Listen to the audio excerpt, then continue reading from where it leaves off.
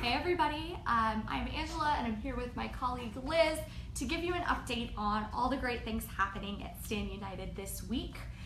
We want to let you know that next week we will be celebrating Thanksgiving, so there will be no Facebook Live next week. What are your plans for Thanksgiving? We are actually just going out to my sister's house. It's my husband's birthday on Thanksgiving, so we'll be doing that. It's a pretty fun time to have a birthday. You'll get to Yes. see your family, have a great meal. I am flying back home tonight, so excited for that. And we've been hearing from StandUnited users in response to an email that went out last night about their thoughts about the holiday. And we actually just did some office trivia about Thanksgiving. I did not do very well. How did you fare? Yeah, I didn't even get to send the email. So Yeah, do you guys know who pardoned the first turkey? Because I did not. It was Harry Truman in 1947.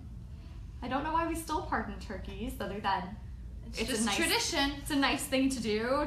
A turkey or two is very lucky every year. Yeah. That's something. So we also have a petition that relates directly to the Thanksgiving holiday. I don't know if any of you guys are Black Friday shoppers, but Black Friday is turning into Thanksgiving Day. And there are retailers that already have people camping out that are opening their stores on Thanksgiving. So the petition on the site is asking JCPenney to stay closed.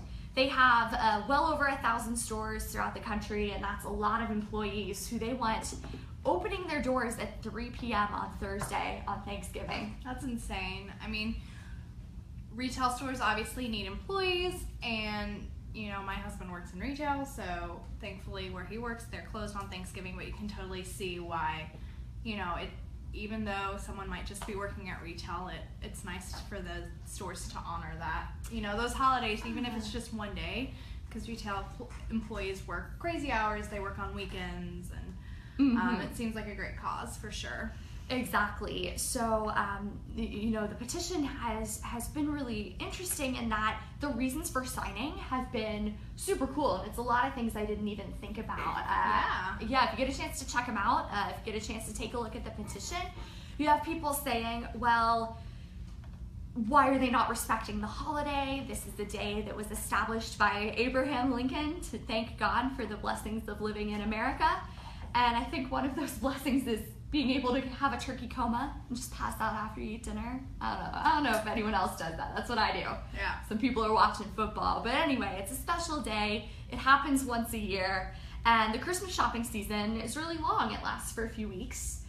And, you know, the reasoning there, somebody wrote in and said, well, what's next? Are they going to have you shopping on Christmas Day? Or are they going to try to push the shopping season to the very last minute? So, yeah, they want to make a profit, that's awesome, but one way to do your shopping is on the internet, to skip the lines. I don't know, I'm very biased. I know some people love it, but I don't know. I like doing my shopping online. Yeah. How do you do it? What's your take on this? I generally do it online too. So I pulled up the petition and figured we could read some of the reasons for signing. And as usual, feel free to, you know, send in your comments, your own opinions on whatever we're talking about. This is going to be our last one for a couple of weeks. And we also have some user-generated comments in the past week or so as well. So we've got a lot of stuff to cover today. So one of our most recent reasons for signing is from Paul W. in New Jersey, saying, you know, while I understand the need to make a living, the most valuable things in life do not involve materialism or commercialism. Don A. from California says it is immensely important to each individual, families, and society to set aside an appointed day to focus on being grateful. Doing so honors God, Abraham Lincoln, and the employees. You know, there's just a lot of really interesting reasons that people have for signing this petition.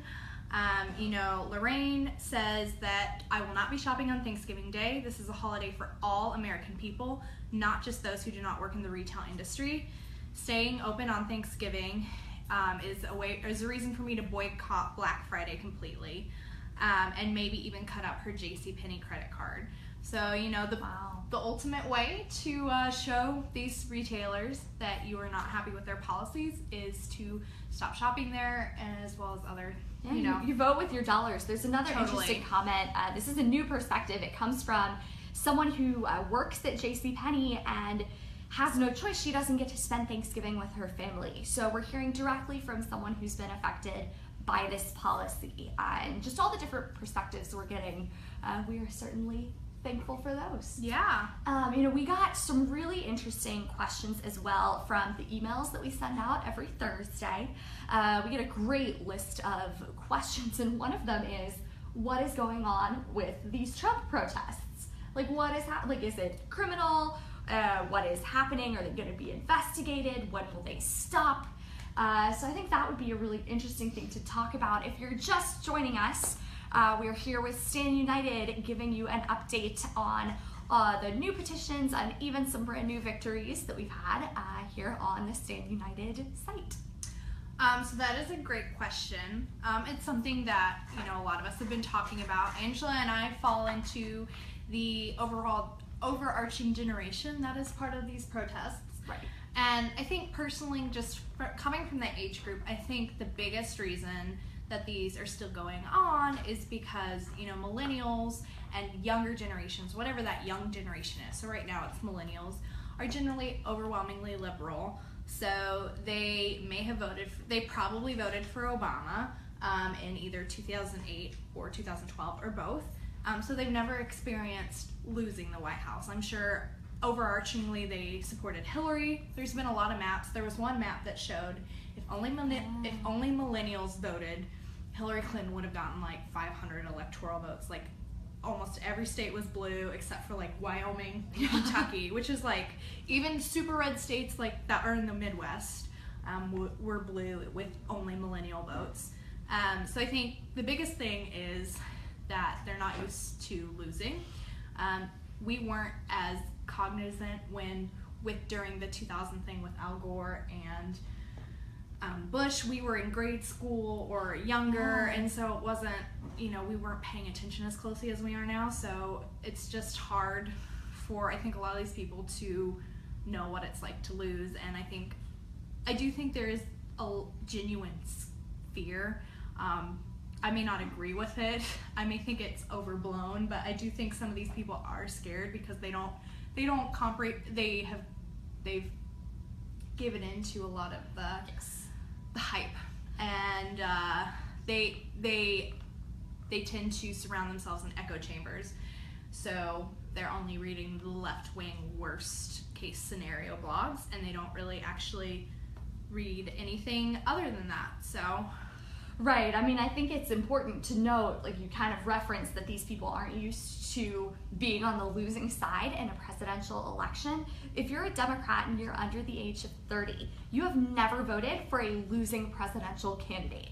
So there are grown adult millennials out in the world who are for the first time experiencing what it's like to lose the presidency. Yeah, to not have their chosen person in the White House. So the meltdown is definitely interesting. It will hopefully end soon.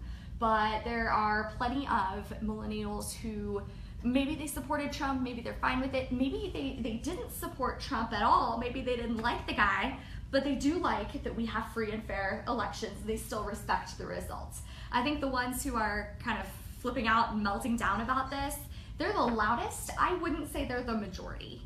But if you have an opinion on that, please send us a comment. Let us know what you think and what you've seen. If you are a millennial or you know a millennial, that should cover just about everybody. Yeah. So tell us what you think and what you have seen, if there have been protests in your hometown, or if you think the whole thing's crazy. I think the craziness is kind of a given that it's been a very tough election season. But there was some good that came out of this for everyone, and that's a victory that was on one of our petitions about a ballot measure in Louisiana and Virginia that would have protected the survivors of first responders who die in the line of duty. So that's policemen, firemen, EMTs.